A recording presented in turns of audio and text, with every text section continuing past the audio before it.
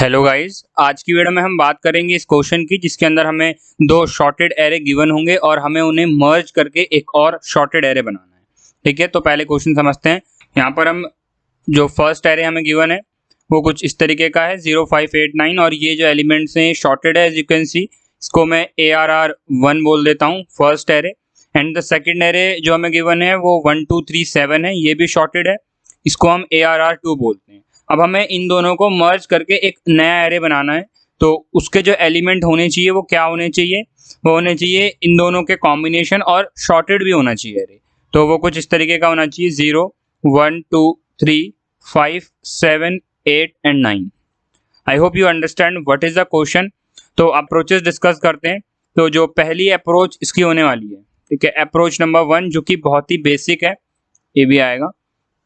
उसमें हम क्या करेंगे, दोनों एरे को बिना किसी लॉजिक के, बिना किसी प्रॉब्लम के डायरेक्ट मर्ज कर देंगे। डायरेक्ट मर्ज करने का मतलब हो गया कि हम एक ARR3 वेक्टर बनाएंगे जिसके अंदर हम इन दोनों को मर्ज कर देंगे। कैसे करेंगे? हम पहले एक लूप लगाएंगे इसके अंदर और इसके सारे एलिमेंट हम इस एरे के अंदर इंसर्ट कर देंगे एक करके, और फिर इसके एलिमेंट्स भी इसके अंदर इंसर्ट कर देंगे। तो ये कुछ इस टाइप का एरे बन जाएगा हमारे पास। और हम इस एरे पे फिर कोई भी शॉर्टिंग एल्गोरिथम लगा लेंगे और इस एरे को हम शॉर्ट कर देंगे। तो जब हम इस एरे को शॉर्ट करेंगे तो शॉर्ट करने के बाद जो हमारा ARR3 है वो हमारा जो एक्सपेक्टेड आउटपुट है उसके जैसा बन जाएगा। ठीक है, तो ये पहली अप्रोच होगी। इसकी टाइम कॉम्प्लेक्सिटी को डिस्कस करें तो O ऑफ ये, अगर इसका साइज में N1 बोल रहा हूँ या N और इसका साइज में M बोल रहा हूँ, ठीक है, इसके अंदर M एलिमेंट्स होंगे, इसके अंदर N एलिमेंट्स होंगे। तो इसको मर्ज करने में हमें M प्लस N लगेगा time, O big O of M plus N।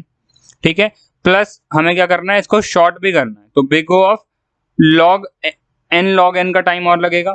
अगर हम कोई अच्छा टाइम कॉम्प्लेक्सिटी का शॉर्टिंग एल्गोरिथम यूज करते हैं लाइक मर्ज शॉर्ट, क्विक शॉर्ट, अगर हम सिलेक्शन शॉर्ट और ये बबल शॉर्ट की तरह करेंगे तो big O of N square तो शॉर्टिंग में ही लग जाएगा। तो कहने का मतलब है कि पूरी जो टाइम कॉम्प्लेक्सिटी है वो काफी ज्यादा हाई हो सकती है। ठीक है, तो इसको थोड़ा सा ऑप्टिमाइज हम कर सकते हैं क्योंकि हमारे पास एरे जो है वो शॉर्टेड है। अगर एरे शॉर्टेड नहीं होते और दोनों को मर्ज करके एक शॉर्टेड एरे बनाना होता तो ये पहली अप्रोच बिल्कुल ठीक थी, क्योंकि वहां पे हम कुछ कर ही नहीं सकते, एरे शॉर्टेड पहले से है ही नहीं, शॉर्ट तो करने ही पड़ेंगे, तो हम उनको मर्ज करने के बाद शॉर्ट कर देंगे। लेकिन इस क्वेश्चन में हमें एरे शॉर्टेड गिवन है, तो क्या हम इसका कोई बेनिफिट ले सकते हैं? क्या हम कुछ इस तरीके का लॉजिक डेवलप कर सकते हैं ताकि हमें शॉर्टेड होने का फायदा मिल जाए एरे का, और आखिरी में जब हम मर्ज कर रहे हैं तो उस टाइम पे भी वो शॉर्टेड रहे? तो इस वाली अप्रोच को हम डिस्कस करते हैं। तो ये हमारा एरे 1 है, ये हमारा एरे 2 है। हम एक वेरिएबल I लेंगे फॉर ARR1 और एक वेरिएबल J लूंगा फॉर ARR2, और जो मेरा फाइनल एरे होगा ARR3 उसके लिए मैं उसको भी एरे मैंने डिक्लेयर किया होगा पहले। तो सपोज ये वो एरे है कुछ, इसके अंदर अगर यहाँ पे 4 एलिमेंट है तो इसके अंदर 8 एलिमेंट्स होंगे, इन दोनों को ऐड करके 4 और 4। ठीक है, तो इसके 8 बॉक्सेस बनाते हैं। ठीक है, तो अब हम क्या करेंगे, एक वेरिएबल k में इस एरे को डिनोट करने के लिए लगाऊंगा क्योंकि एरे के कौन से इंडेक्स पे मैं अभी लिख रहा हूँ।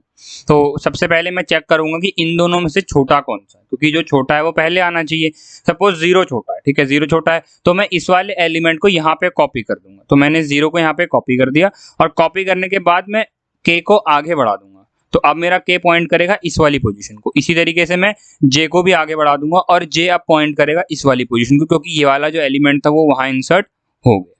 अब मैं 2 और 1 को चेक करूंगा जिसमें से 1 छोटा है, तो अब की बार मैं 5 को यहाँ इंसर्ट ना करके 1 को इंसर्ट करूंगा। तो मैं j को इंक्रीज करूंगा, तो j यहाँ से हटके अब इसको पॉइंट करेगा और 1 में यहाँ पे इंसर्ट कर दूंगा kth पोजीशन पे एरे 3 के अंदर। और क्योंकि ये इंसर्ट हो चुका है तो अब मैं k को भी इंक्रीमेंट कर दूंगा, तो k अब मेरा यहाँ पे पॉइंट करेगा। गॉट द पॉइंट कि लॉजिक क्या काम कर रहा है? लॉजिक में हम ये चेक कर रहे हैं, अगर मेरा ARR1 का ith इंडेक्स, ठीक है, क्योंकि i इसका पॉइंटर है जिसको पॉइंट कर रहा है, पॉइंटर नहीं है मतलब एक वेरिएबल है जो इसको पॉइंट कर रहा है, तो एरे 1 का ith इंडेक्स अगर छोटा है एरे 2 के jth इंडेक्स से, ठीक है, तब हम क्या करेंगे, ARR3 जो फाइनल एरे है उसके kth इंडेक्स पे जो छोटा है ARR1 का ith इंडेक्स पे जो वैल्यू है उसको कॉपी कर देंगे। एल्स अगर वो ARRI का पहले एरे का ith इंडेक्स छोटा नहीं है तो हम क्या करेंगे, ARR3 के kth इंडेक्स पर ARR2 के jth इंडेक्स को कॉपी करेंगे, क्योंकि अगर ये छोटा नहीं है तो एरे का 2 का jth इंडेक्स छोटा होगा। Got the point? और साथ में हमें क्या करना है, k को भी बढ़ाना है इस केस में हमें k को इंक्रीमेंट करना है और i को इंक्रीमेंट करना है, और इस केस में हमें k को इंक्रीमेंट तो करना ही है, j को इंक्रीमेंट साथ में और करना है, क्योंकि j अब बढ़ेगा। Got the point? कि लॉजिक समझ में आ रहा है हम कैसे कर रहे हैं। और एंड में क्या होगा कि ये एरे जो हमारा एरे 3 है वो एक शॉर्टेड एरे में कन्वर्ट हो जाएगा। अगर मैं आपको आगे इसको करके दिखाऊं, सो यहाँ पर अगर हमारे 5 2 था, तो अब क्या होगा, जो मेरा k यहाँ पहुंच गया, i और j ये दोनों है, इन दोनों को कंपेयर करूंगा, 2 अगेन छोटा है एरे 2 से, तो फिर यहाँ पे 2 को इंसर्ट कर दूंगा, और j जो है वो अब आगे पॉइंट करेगा इसको, और हमारा जो k है वो भी अब आगे पॉइंट करेगा इसको। Got the point? इस तरीके से एट द एंड में हम क्या करेंगे, सारे एलिमेंट इंसर्ट कर देंगे, फिर 3 होगा, वहां से 5, फिर इस वाले एरे से 7 इंसर्ट होगा, उस वाले एरे से 8 इंसर्ट होगा, और यहाँ से 9 इंसर्ट होगा। तो इस तरीके से हमारा क्या है, जो एरे है वो शॉर्टेड हो जाएगा। तो हम कंडीशन क्या लगाएंगे, ये तो लूप के अंदर काम करना है क्योंकि हमें बार बार करना है। तो बाहर लूप में कंडीशन क्या आएगी, वाइल लूप लगाऊंगा मैं, वाइल जब तक कि i मेरा छोटा है n से, क्योंकि इस एरे का साइज मैंने n कंसिडर किया है और इस एरे का साइज मैंने m लिया है, ठीक है। तो i जब तक n से छोटा है, एंड, या आप इस तरीके से भी लिख सकते हो, एंड जब तक मेरा j छोटा है m से, तो i भी with in the range of the array 1 होना चाहिए और j with in the range of array 2 होना चाहिए, क्योंकि अगर रेंज से बाहर चले जाओगे तो आउट ऑफ बाउंड हो गए आप एरे के, ठीक है, एरे से बाहर चले गए, तो वो हमारा को कंसिडर नहीं करना है। इस वाले कंडीशन के साथ हमें इस लूप को रन करना है। तो इस तरीके से हम इस क्वेश्चन को सॉल्व कर सकते हैं। लेकिन अब इसमें एक प्रॉब्लम भी है, एक कॉर्नर केस हम इसमें मिस कर रहे हैं, वो ये है कि n और m जरूरी नहीं है कि हर बार बराबर हो, डिफरेंट भी हो सकते हैं कि n की वैल्यू कुछ हो और m की वैल्यू कुछ हो, मतलब दोनों एरे का साइज जो है वो डिफरेंट हो, उस वाले केस को कंसिडर करते हैं। तो एग्जाम्पल 2 हम इस तरीके का हो सकता है कि एरे 1 के अंदर हमारे पास 4 एलिमेंट्स हैं और एरे 2 के अंदर हमारे पास 6 एलिमेंट्स हैं, ऐसा हो सकता है।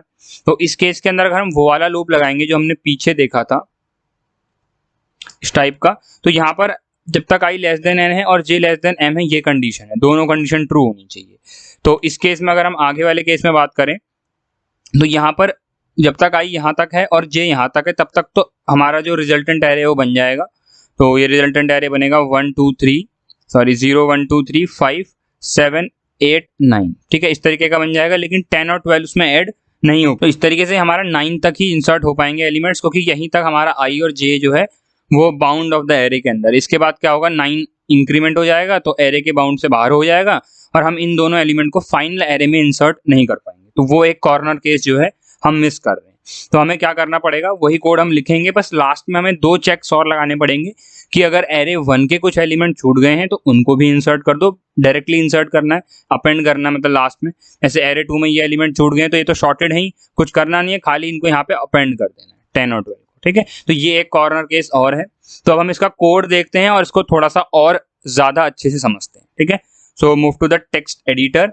सो यहाँ पर मैंने क्या किया है, एक n वेरिएबल यूजर से लिया है और n और एलिमेंट्स ले लिए, मतलब एरे 1 का साइज और एरे 1 लिया है, फिर एरे 2 और एरे 2 का साइज लिया है, दोनों को मैं यहाँ पर इनपुट प्रोवाइड करा देता हूँ। सो ये हमारी इनपुट फाइल है, जिसको मैं अभी कनेक्ट नहीं किया है, कनेक्ट कर लूंगा। तो 5 इन स्टार्टिंग में 4 एलिमेंट है फर्स्ट एरे में, तो वही केस हम दे रहे हैं जो हमारा हमने अभी इनपुट कंसिडर किया था। तो ये मैंने इनपुट दिया है यहाँ पे, और दोनों को इनपुट लेके उसको मर्ज शॉर्ट फंक्शन कॉल किया है, मर्ज शॉर्टेड एरे, ये मर्ज कर देगा 2 शॉर्टेड एरे को। और यहाँ पर मैं फाइल भी कनेक्ट कर देता हूँ, input.txt, रीड करना है स्टैंडर्ड इनपुट, ठीक है। तो यहाँ पर हमने मर्ज फंक्शन को कॉल किया, जिसको मैं अभी बनाने वाला हूँ, डिक्लेयर करने वाला हूँ यहाँ पे। और जो मर्ज एरे होगा, या तो आप चाहो तो उसको मेन के अंदर भी प्रिंट करके मेन के अंदर बना सकते हो, यहाँ पे पास कर दो, मैं उसको ऊपर ही बनाऊंगा फंक्शन के अंदर, वहीं पे उसको प्रिंट कर दूंगा, ठीक है।